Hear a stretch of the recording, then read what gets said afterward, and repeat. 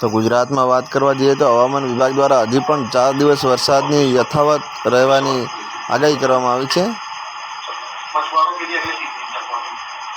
ગુજરાત અને કાંઠા વિસ્તાર જે છે ત્યાં વરસાદ વધુ રહેશે તેવું હવામાન વિભાગની આગાહી છે।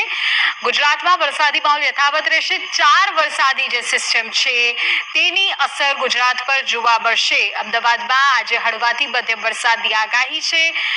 તો જે પ્રકારે રાજ્યમાં હવામાન વિભાગ દ્વારા આગાહી વ્યક્ત કરવામાં આવી છે તે આપણે ત્યાં જણાવી રહ્યા છે। 4 સિસ્ટમ જે વરસાદની બની છે તેની અસર ગુજરાત પર જોવા મળશે। અલગ અલગ વિસ્તારોમાં તેની અસર જોવા મળશે। જોકે સૌથી વધુ દક્ષિણ ગુજરાત અને જે કાંઠા વિસ્તારો છે ત્યાં તેની અસર જોવા મળશે।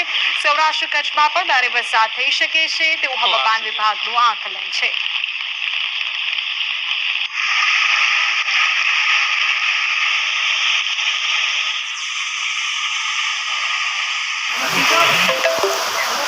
समाचार में आगे बढ़िए। अभिमान छोटाउदेपुर पंचमहल इसमें आज ऑरेंज अलर्ट है।